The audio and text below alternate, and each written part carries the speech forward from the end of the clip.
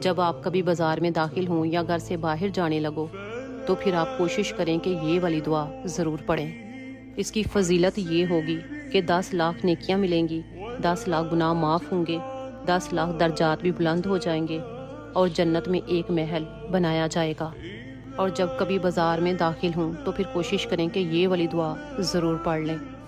اور جب بھی گھر سے باہر جائیں، کسی مقصد کے لیے نکلیں یا کسی بھی جاب پر جائیں، کسی کاروبار کے لیے نکلیں، تب بھی کوشش ضرور کیا کریں کہ آپ اپنے ساتھ قرآنی دعاؤں کی آیتیں، سورتوں کی فضیلت اور ان کی برکتیں، رحمتیں اپنے ساتھ لے کر جائیں۔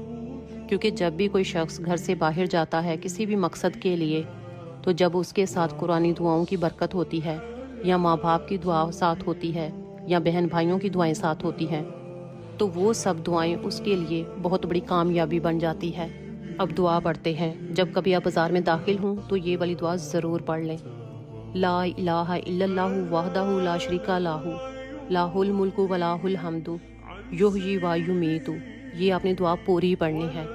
جزاک اللہ خیر۔ باقی سب کے ساتھ بھی شیئر ضرور کریں۔